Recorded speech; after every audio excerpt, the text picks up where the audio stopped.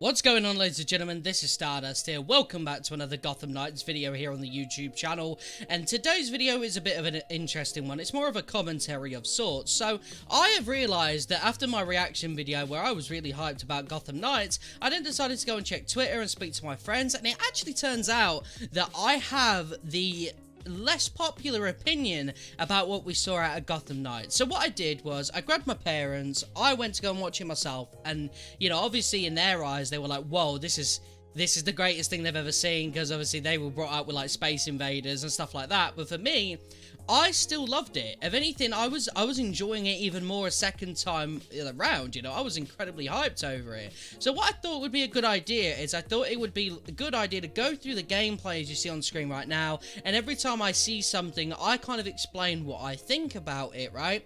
And also, you know, just kind of comment on people's criticisms and all that good stuff. So we start with Nightwing here, right? And obviously, the first things first, the Traversal system, okay? So the voice actor for Jason Todd, I can't remember the name off the top of my head, he voiced Mr. Negative in Spider-Man PS4, mentioned that there's different options for Traversal as well, based on upgrades and stuff like that. But even if this was all we had, I just want to say, like, this little glider thing that Nightwing has, straight from the comic books, it really is an option from the comics. I can understand them wanting to differentiate each member of the Bat family with different Traversal. For me, it's totally fine. I like the memes, I get it. It's also very similar for me with the issue of, you're about to see here actually, with the Mystic jump, right? They mentioned that this is from an interaction with a cult of assassins.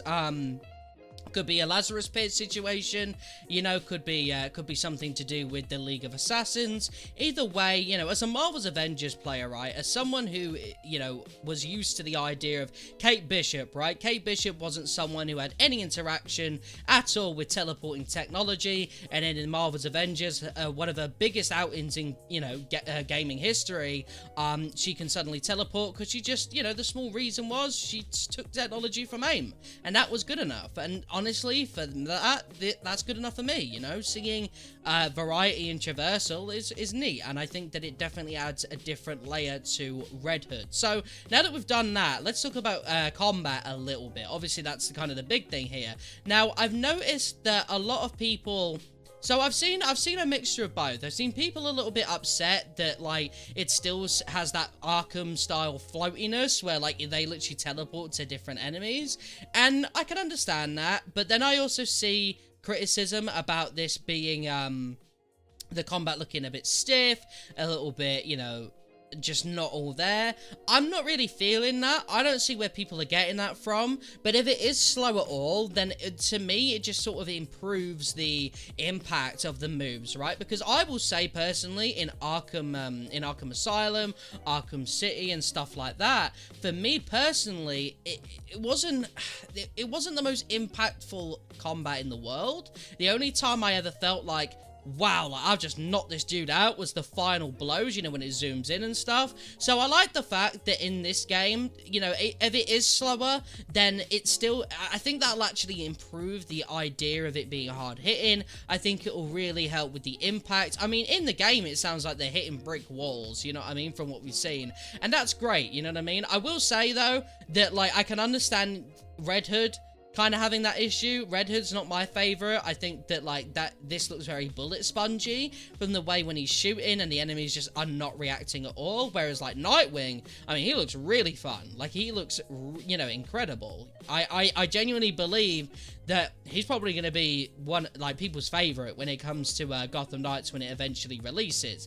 But yeah, for as far as I can tell, you know, gameplay wise, combat wise, I don't dislike it. I think it still looks really sweet. I think it's a heavier Arkham style, which, you know, considering that my biggest complaints ever with the Arkham franchise was just that I wanted just a bit more impact besides, like, the final attack. I think I can, you know, I think I'm pretty happy with it. I maybe that reaction will change with the gear system.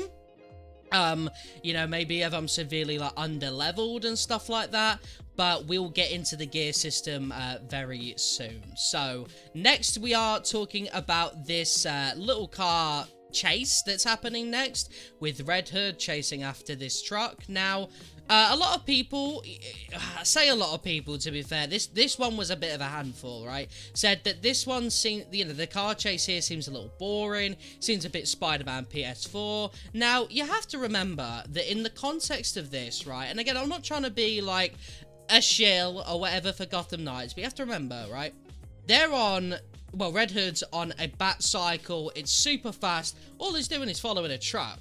It shouldn't be that difficult, right? I'm not expecting them to be crashing into walls and, like, people falling out of buildings and stuff like that, you know? Maybe, you know, as the game progresses, you start seeing more stuff like that.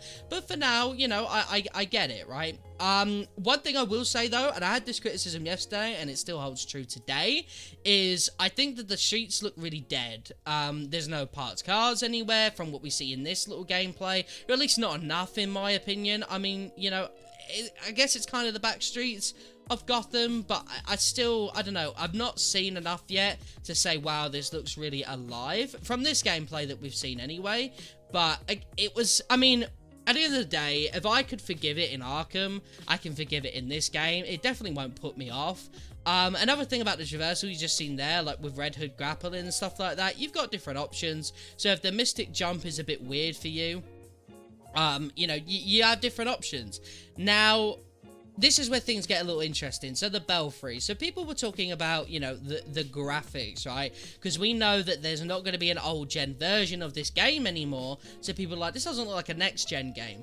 That doesn't necessarily always have to mean graphically improved, right? It doesn't necessarily have to mean that the game is going to look like real life. It just means that there's potentially a lot going on in the game that can't really function very well on old gen consoles, right? Cyberpunk should have definitely been next gen exclusive, but they still opt to try and go for old gen versions, and we saw what happened there. So let's talk about this a little bit. So I'm going to pause here, and we're going to talk about the gear system a little bit. Now, as you've seen, throughout some of the bits, you'll see these little icons drop, right? Which are supposed to represent your gear. Now, I have no issue with gear in games.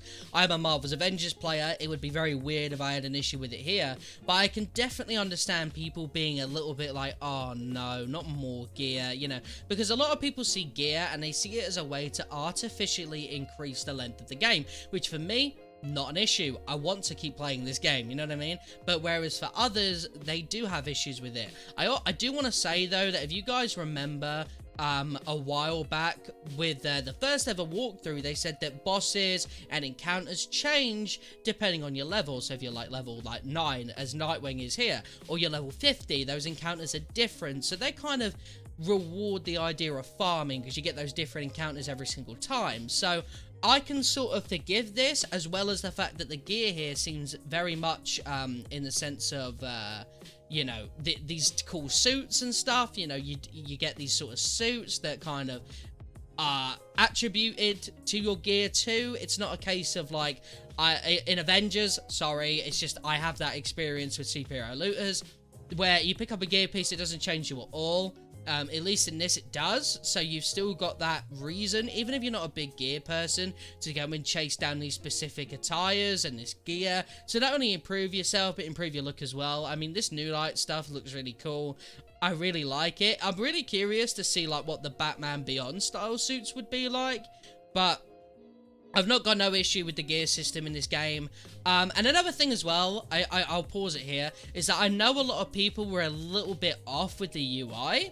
Now, I totally understand it, and I do agree to an extent, but looking at it again, if you sort of see it from the perspective of a back computer, right? They're going through like a back computer. It's not going to be fancy with the UI, right? They've got, you know, it's not going to be crazy in your face, you know. This is a Batman game, right? Gotham Knights. It's not going to be crazy colorful or anything like that, but I can understand people's problem that it does look a bit like a mobile game in this regard. Hopefully they do change it up, maybe give it a bit more personality, because that would be nice. I'm not trying to discredit people's criticism, but I definitely think in regards to how I feel, I can kind of forgive it, you know what I mean? Like, it's not the worst thing in the world. So here we've got another look at some of the graphics that people are just really unimpressed by, as well as kind of the awkward cutscene and the awkward voice acting and stuff. I feel it, but I think that similar to the Mystic Jump situation with Red Hood, I'm not too bothered story-wise. I'm really just focused on the gameplay. But if you are into story, if you are into like really deep acting and stuff like that, if you're really into that great line delivery, then I get it. I sympathize with that completely. It's definitely not like Last of Us style acting. I get it, but this is only like a little bit that we've seen. Again, things can be improved, things can be worked on.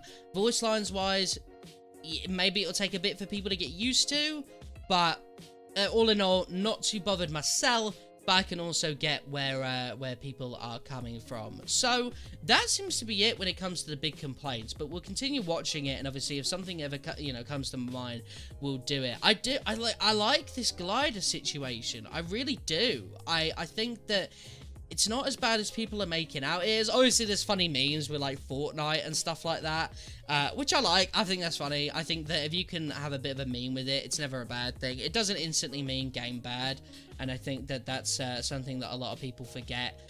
So let's go into the stealth now, right? So let's go into the stealth. So, not many complaints with the stealth. Very basic showing that we see here. Obviously, we're not swinging from gargoyles like the Arkham games or anything like that. But I think that this game is going to be a lot more action heavy. Not rely very much on sort of stealth approaches. So I can understand that like stealth won't be sort of the main thing, But at the same time, I mean, there'll probably be options, like where every enemy has, like, crazy guns and you have to stealth around. And to be fair, there's probably builds dedicated to stealth with your gear and stuff like that, right? Maybe the darker outfits that you see in the menus are more dedicated towards stealth and stuff like that. So, we've got that. There you go. So this is another look into the combat a little bit. I'll go back a little bit. Hold on one sec. There you go. Now, obviously, people were a bit disappointed about this stuff here. There's the forced elementals on the characters. So we got cryo status, which, if anyone knows Marvel's Avengers, you'll know that is a weird thing. I hope that this isn't forced. I hope that, like, Nightwing doesn't have to have cryo status. I hope it's just gear related, and it doesn't really matter in that regard. I think that would be nice. But if it is focused on cryo, that is really odd, because Nightwing, just from his, like, weapons alone, would be much more based on electricity, you would assume. But, I guess I need a bit more details on that. Maybe they did mention it here, and just while I was doing my reaction the other day, I just didn't hear it. That could definitely be the case. So we've got a little bit more here. Really cool regenerative moment here with the Court of Owls. Potentially could get tedious. People could definitely, be like, whoa, hold on, bullet sponges, not very fond of that. I get it. I'm on your side with that. I definitely think that may be a problem as we go along. Potentially, though, we could be seeing upgrades. It's like, you only have to take down the Court of Owls once to have, any sort of deals. Like, we just saw Red Hood there take down one Court of Owls straight away. Obviously, when it comes to talons, they regenerate. These guys, they sort of regenerate while they're still up and moving. So as long as you take them out before they heal, then you should be absolutely fine. We've got these really cool little, like, mystic style bullets. I don't know if, like, we're going with a magical approach for Red Hood, but again, not against it, not too fast. So, we have this issue here where there was a bit of an FPS drop when fighting this Talon Guardian. Now, this is stuff that can be fixed. This game has more than enough time to, optimize what they've got, but I never noticed anything tremendously bad, nothing that put me off or scared me. But, like, I see it here, right? I see it that is obviously not great, but I think they know that, I think that they're not afraid to sort of show that, or else it wouldn't be in this gameplay demo. That would be so weird. So we've got that regenerative there, and then obviously right at the end, he goes to interact with this hostage with the owl mask, and then it ends. So there you go, ladies and gentlemen. So that was kind of my thoughts and opinions about the criticism that we have seen in Gotham Knights. Clearly an unpopular set of opinions, because everyone on Twitter is either eating this game alive or they're cautiously optimistic. Whereas for me, I'm all in. Like, I'm really excited. But let me know what you guys think down below. I want to have a conversation with you guys about this game. I'm really excited about this game. and I look forward to it. I look forward to covering it on the YouTube channel. Thank you guys for watching, and I'll see you in a bit. Peace.